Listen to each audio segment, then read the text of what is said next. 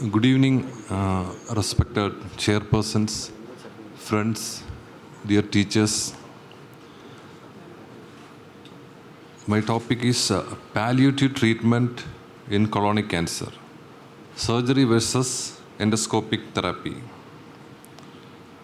So, malignant colonic obstruction is a entity which requires an aggressive treatment. And what we are dealing with is a stage 4 disease where it's not oligometastatic, where a curative treatment is not possible, but a patient present with obstruction.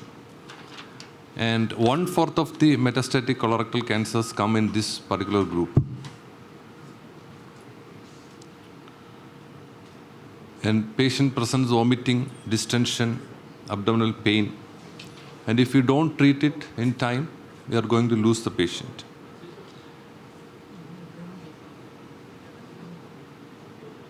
So, again, the same question. It's not the topic that we were discussing just before. Chandravan sir was discussing, where oligometastatic cancer comes, and mostly in liver, where we can safely do a resection and metastasectomy.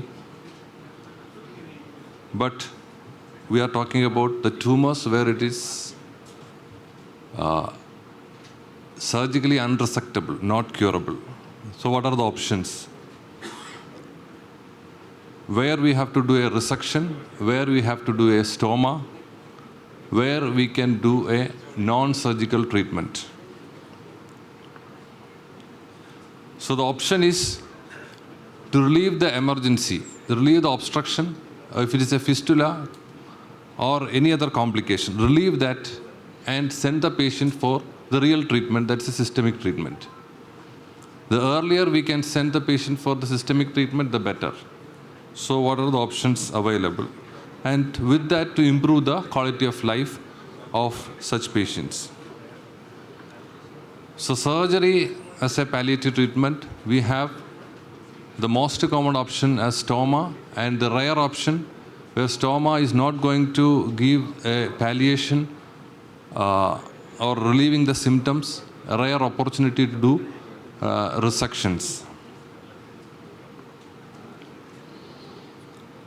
And we know such patients have high mortality and morbidity because they are presenting a stage 4 disease, presenting with obstruction, bleeding or fistula. So most of them will be in sepsis or impending sepsis. If you don't intervene, it's going to be with a high morbidity and mortality. So when we offer resection, when patient presenting with the bleeding, a chemotherapy is not going to be possible because patient is continuously bleeding. We have to go for repeated transfusions. Sometimes it may not be possible. And patient in a complete obstruction. And if there is a perforation and an abscess, such situations, if possible, we have to do a resection. So several factors as a surgeon we have to consider before doing the resection. So what is the survival potential of the patient? If patient is in severe sepsis, it will not be possible to do any resection. So what are the palliative procedures that we can offer to such a small subset of patients? Palliative colectomies we can do, extended resections, colectomy with resection of adjacent structures, as Rudra sir was telling, multi-visceral resections, and multiple resections. Sometimes the tumor have metastasis and multiple level obstructions. So we may have to do multiple resections at multiple levels and multiple anastomosis with the stoma. Or if it is only a sigmoid colonic resection infiltrating the adjacent organ with the multiple meds, sometimes we may have to do a supralevator excentrations or commonly done Hartmann's procedure. These are the palliative resections that we can offer to such patients. So Hartmann's, we know we resect and we do a stoma, distal and is left alone. So I will briefly discuss a few cases It's a rare scenario where we may offer resection. So this patient presented with an iliovesical fistula. She was treated for CA rectum with surgery, radiation, and chemotherapy. Now she is presented with an iliovesical fistula. On CT, there is another growth in the transverse colon, which is infiltrating the jejunum. So no stoma, nothing is going to give her a benefit. So I had the intention of providing some relief to the patient, so I opened. Did an en bloc resection of the tumor, of transection of both the jejunum and the transverse colon, did a jejunal anastomosis, a colocolic anastomosis. Then the iliovesical fistula was excluded by stapling the ileum at both ends. Then ileum was anastomosed to the cecum, ileocecal anastomosis, and ileostomy was done. Six months down the line, patient is fine. So sometimes we may have to do such resections, still worth for the patient, because everyone wants to live at least one more day in life is worth for every patient. So that is the tumor at the transverse colon with infiltrating the jejunum. So many staplers, so many anastomoses. I'm not going to detail, but such resections are still possible. That's a tumor resected. Now this patient is another case, a cecal growth infiltrating the psoas muscle with perforation and retroperitoneal abscess, and patient in sepsis. A stoma is not going to give the answer because there is an abscess in the psoas, which is the tumor is infiltrated. So I did an extended resection of the right colon and removed the tumor from the psoas, clear out all the abscess, and a partial ileocolic anastomosis done. The anastomosis is brought outside and a double barrel stoma was prepared. So there is no anastomosis inside, all source of infection is removed, and chemotherapy can be administered early. So that is the bed of the that's a resection bed. What the nerve you see is the femoral nerve there. Most of the psoas is out.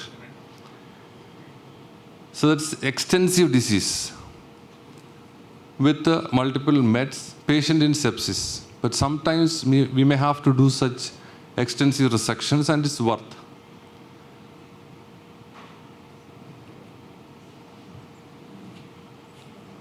All patients are not candidates for such resections, and these are very rare situations. We don't come across such situations often.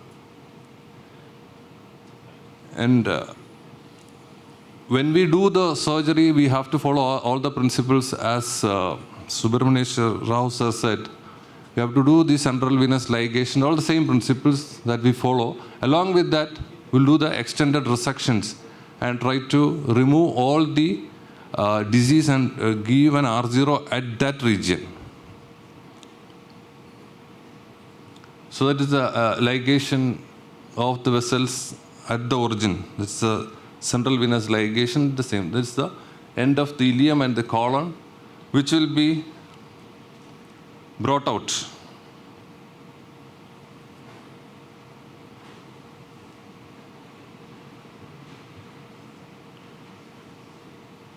As stoma, the anastomosis is outside, so that there is not going to be any leak inside.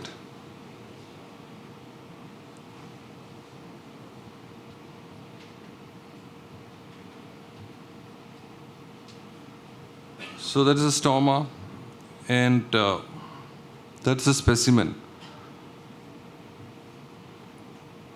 So another case, a similar case with a sigmoid colon cancer infiltrating the uterus, patient in subacute obstruction with multiple meds.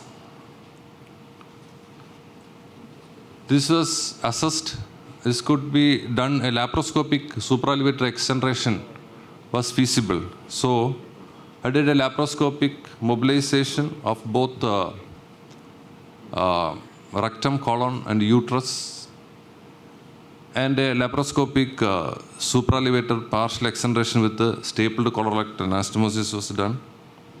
Then patient was sent for chemotherapy. Now we'll come to the common situation where stoma, which is the most commonly done procedure. So a colostomy is always preferred over an ileostomy.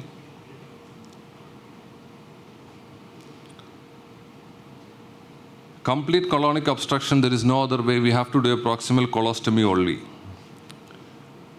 In a partial obstruction, we can still consider ileostomy also. And we can do laparoscopy assisted if there is no obstruction. If there is complete obstruction, then we can put the incision just over the stoma site and bring out the colonic loop. So that the patient can go for chemotherapy even the same sitting itself, because the systemic treatment is the main modality here. So there are various stomas are there. I'm not going to details. Loop stomas, end stomas, various techniques are there. So very rarely we may have to do double barrel when it's a sigmoid growth. We may have to defunction the sigmoid growth with the fistula, complicating fistula. Sometimes we may have to bring out both ends separately, because or we have to bring out as a double barrel stoma like this. One end to defunction, other end to work as a stoma. So there are so many complications for stoma. If you do a stoma on the left side itself, sometimes it will be very difficult to pull out the loop. And immediate post-op period, we may have a stoma retraction, stoma necrosis, all this can happen. So is there any other methods other than stoma and surgery? So there is a new player, that is a stenting. The advantage of stenting is immediately after stenting, the patient can be sent for a systemic treatment. So that is the advantage, and it's easily can be performed. So most commonly used stents are the self-expanding metallic stents. So it is used as a palliative treatment just before initiating the chemotherapy, or sometimes in rare situations where if the limited peritoneal disease, patient can be later on taken for curative uterine cytodacty surgeries also. The complications of stoma is perforation later on. The chemo is after chemo, if then tumor shrinks, the stent can migrate and can cause perforations. And sometimes tumor can grow into the stent and cause obstruction again.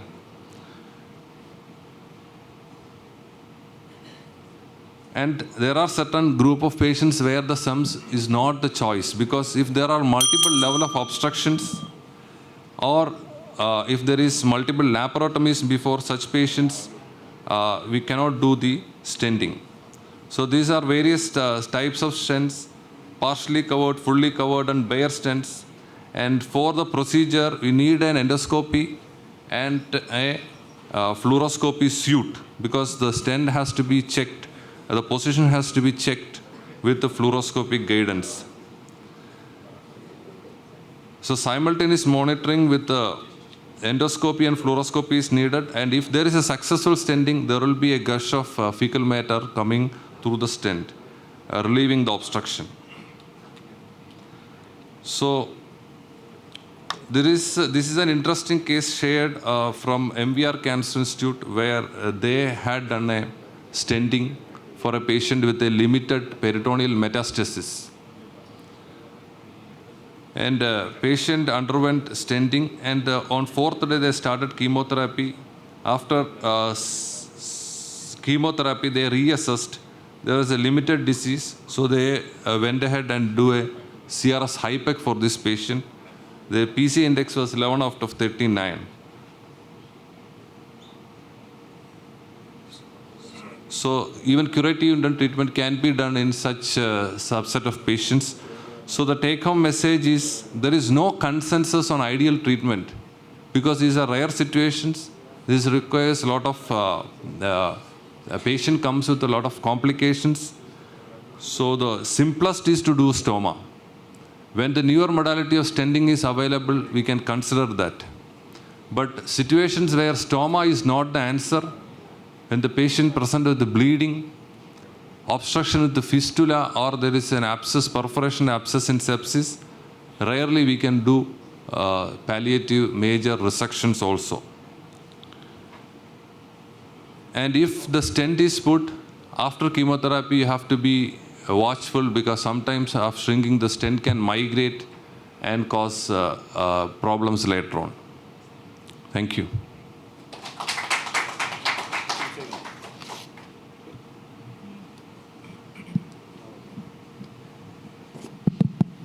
And so the question which are scenarios where you would go for a stenting versus a stoma, because there are certain situations where you would prefer a stenting, there are situations where you would prefer a stoma. So do you have any such a criteria to decide how you would go about it? There is no such criteria because stenting is a new thing. Stenting is not possible if there is obstruction at multiple level. The patient already had bowel surgeries. There is multiple level of obstructions. In such situations, stenting is not possible. Chandran, your question. Yeah, my question is, you presented it, but I'm asking again for confirmation. So, when patient comes with obstruction, whether there's you want to do stoma or stenting, and in a resource intensive setting, will you do stenting, and have you done or experienced the outcome? I don't have a personal experience with stenting, but I borrowed the idea from the MVR Cancer Center where they have done stenting in few cases, and they could start chemotherapy in the next 3-4 days. So that is an advantage. But the same thing, even with the stoma, we can start the chemotherapy in the same sitting. When we pull out the loop with only the incision for the stoma alone, we can start the chemotherapy in the same sitting. Or when we do it. Yes, but again, looking at literature, there is a lot of hesitance in doing stenting, and I don't believe Damodaran. And Dr. Ayyappan, would you, is it so the question very is easy, what is the longevity? Doable? It's easy, doable, easy, all those things. Depends on the medical gastro. It's all medical gastro. No, I'm not fighting with you. It's a very clear thing, and in a stationed area, it's comfortable. They're able to do it. So if it's a very mobile thing, they find it difficult. Depending on the site, generally if it's a fixed sigmoid area, they're able to do that. And they put stent on stent and stent over the stent, all those things, gimmicks. Depends again on the medical gastro who is well versed. Expertise of the medical expertise gastro. of the person. Subbu sir, your question. Subbu sir is. Yeah, I think everybody is not on the same boat. I think I have a very poor opinion about colonic stents. We have the best gastro institute in Hyderabad, best in the country. But you would prefer surgery. But patients, no. There was a patient. Is it because of the longevity of the stent or because of the... Sent for stenting, and the next morning it was in the washroom. It was in the commode. Patient showed it to us. No, there are issues with stent like migration. That's the first time I've seen an open stent outside. And there was a stent which came out of the pelvis like that. No, so this topic was put to surgical because... I would use stent only as a bridge to a resection. Yeah. Because the longevity or the migration is a problem with the stent, so... Stent is considered... Or early initiation of chemotherapy and then bring back the patient to surgical table. Fine, thank you. Thank you. And especially when we are planning for a definitive surgery or definitive treatment later, surgical treatment later, stenting if possible is the best modality to tide over the obstruction. So that means a definite treatment for obstruction, as a definite treatment, stenting is not the ideal modality. Longevity So is a problem, even if we migration put is a the problem. stent, we have to be watchful. Yes, So it yes. can migrate and cause And problems. perforation, while you give the biologicals and all, stent perforation migration can occur very good. Fine. Because of positive time, we'll wind the session now and move on to next session. Thank you.